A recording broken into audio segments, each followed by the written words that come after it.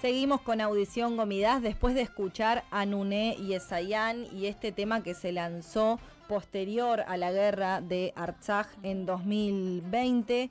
Pasaron 200 días desde el bloqueo genocida que acecha a los 120.000 habitantes de Artsaj. Hace 200 días que no tienen comunicación con el mundo exterior y hemos decidido en esta oportunidad y en el marco de estos 200 días de crisis humanitaria conversar con el periodista cordobés Mariano Saravia, que siempre se ha mostrado su compromiso a través de la comunicación con lo que es la información y la causa armenia. Buenas tardes, estimado Mariano Saravia, bienvenido a Gomidás. Hola Romina, hola José, ¿cómo están? Un abrazo para todas y todos, para la audiencia especialmente. Antes que nada, gracias por dedicar este tiempo a nuestra audiencia, a poder hablar de este tema que, como sabés, para nuestra colectividad es muy importante y nos tiene muy preocupados hace tanto tiempo. Y como decíamos hace un ratito, te hemos visto en distintas oportunidades informar acerca de lo que es Artsaj, Nagorno-Karabaj, de su historia, de cómo se desencadenó en su momento en el 2020 la agresión militar por parte de Azerbaiyán.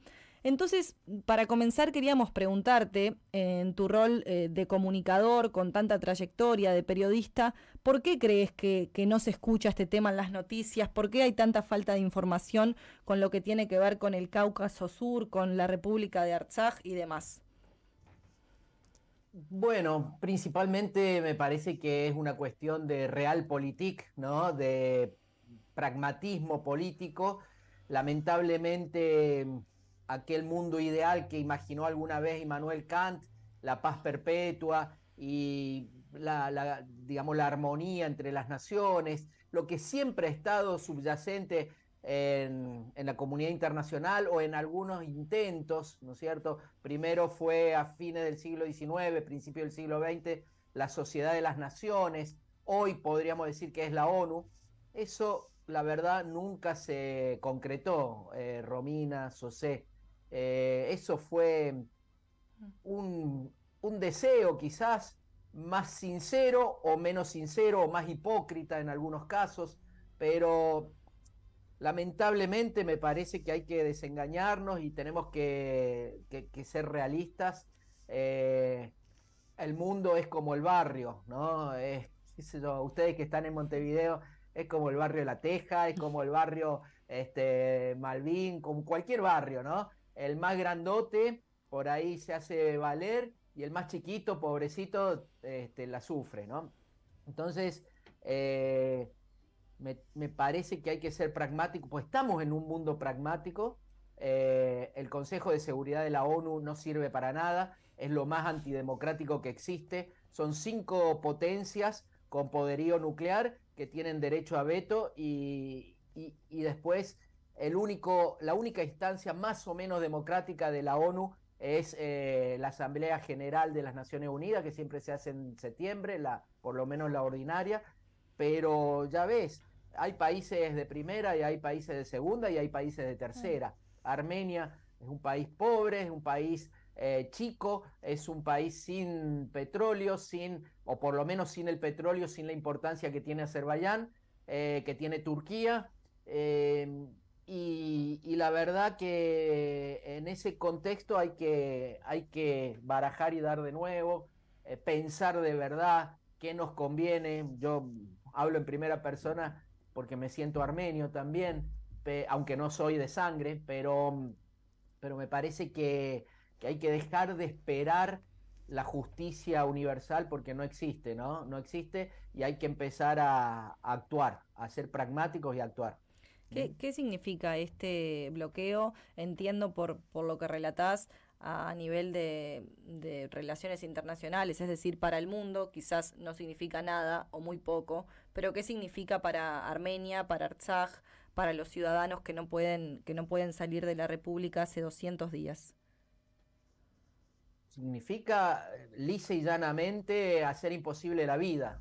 Por eso decimos que es genocida, ¿no? Me parece, Romina y José, que nosotras y nosotros más que nadie en el mundo, tenemos que ser muy cuidadosos con las palabras y sobre todo cuando usamos el término genocidio o genocida, ¿no?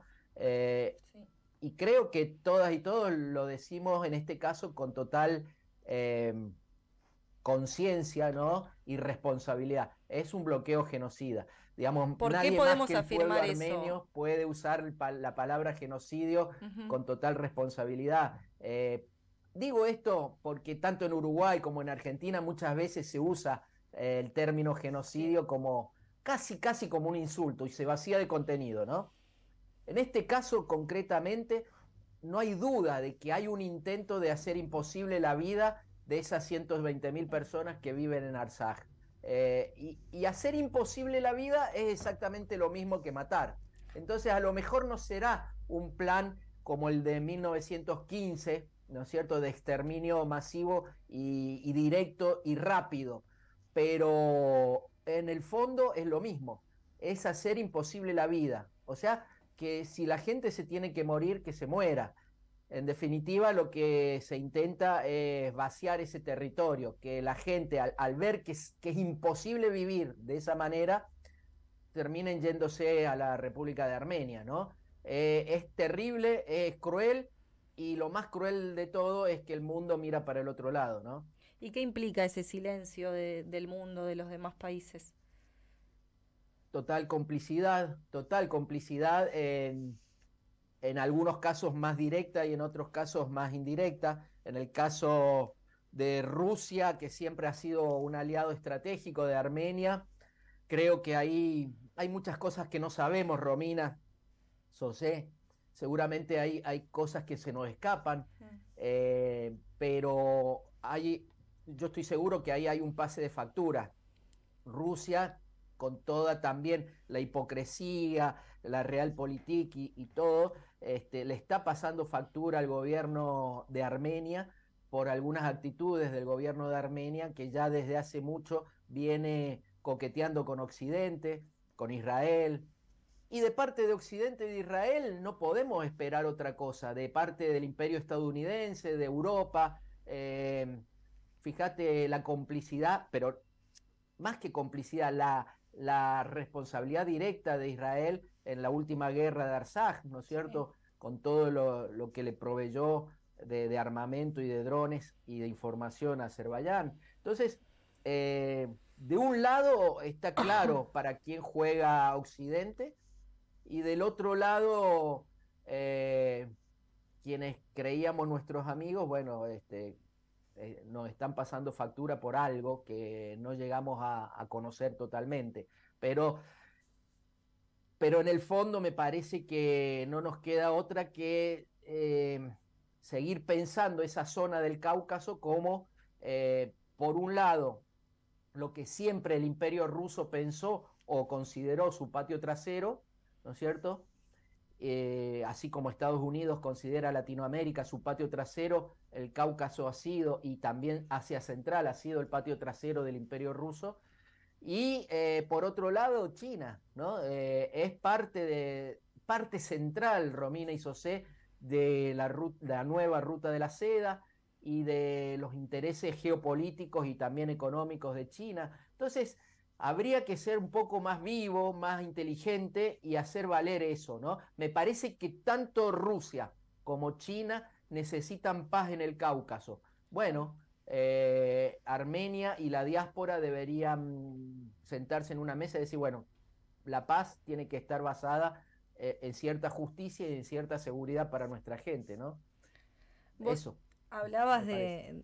de esto que suena muy duro, ¿no? De que el silencio del mundo es complicidad. Y hace un ratito estaba hablando con nosotros nuestra corresponsal desde Yerevan, que justamente daba la noticia de que en la Asamblea Nacional de Artsaj se usó la terminología de consentimiento silencioso de la comunidad internacional. Es decir, en cierta forma, como el no hacer es hacer mucho daño en este sentido. También me quedó sonando algo entre todo esto, podría decir lindo, que comentaste cuando comenzamos a hablar, que fue que vos sos armenio, que así te sentís. Y quería preguntarte cómo llegaste a eso, cuándo empezaste a sentirte armenio y por qué. Bueno, es una historia larga, espero resumirla en tiempo de radio.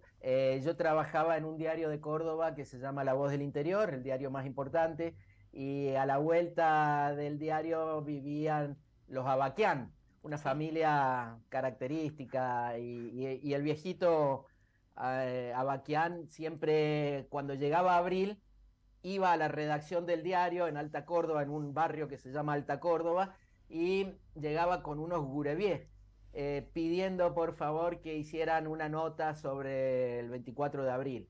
Como yo era el más pibe, me pedían, los jefes me mandaban a mí a hacer esa nota. Y así fui conociendo a los armenios y conociendo la historia del genocidio. Y yo siempre, todos los años, era el que hacía las notas, ¿no? Los otros se comían los gurebiés, pero yo hacía las notas y, y bueno, ya me fui haciendo amigo de todas y de todos y en un momento yo ya había escrito un par de libros, había vivido en Irlanda del Norte, en el País Vasco, había escrito sobre esas luchas populares y un par de miembros de la comunidad me plantearon, eh, bueno, que querían que yo escribiera un libro sobre el genocidio armenio. Ahí fue que viajé con el auspicio de la comunidad armenia de Argentina, viajé a Armenia, ¿Eso en qué estuve, año fue?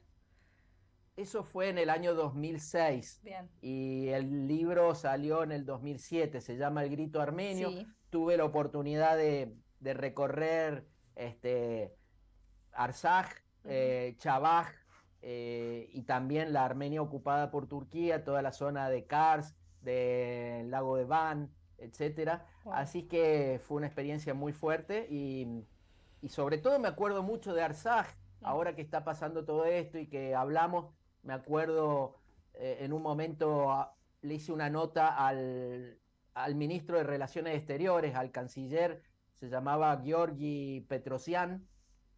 Yo no sé si vivirá, qué hará ese hombre ahora, porque me da mucho dolor pensar en esa gente que conocí, con la que estuve, con la que tomé un vino o un café, y lo que estarán sufriendo en este momento o si estarán vivos, ¿no? Me acuerdo en ese momento Petrosian me dijo, mira Mariano, cuando nace un bebé, lo primero que hace es llorar, y la primera que escucha su llanto es su madre. Nosotros nacimos recién ahora, en el 91, hace poquito, Sí. eso sucedía en el 2006, Claro. y a pesar de que nadie nos reconoce en el mundo, la que sí nos escucha el llanto es nuestra madre, que es Armenia.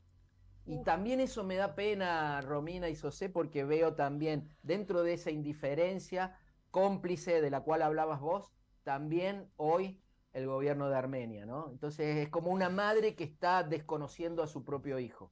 Uf, sí, es, es muy duro y más dicho de la boca de alguien que lo ha vivido allí en primera persona. Nos quedamos con esta reflexión. Gracias, Mariano, por estar hoy con nosotros, por todo lo que has compartido y por la labor que siempre sabemos que ejercés. Te agradecemos por tu tiempo y por formar parte de este espacio que queríamos dedicar a este hecho tan terrible que realmente nos genera más inquietudes que certezas. Desde hace mucho tiempo todos son preguntas que no sabemos dónde va a desencadenar y hasta dónde va a llegar tanto odio hacia la armenidad.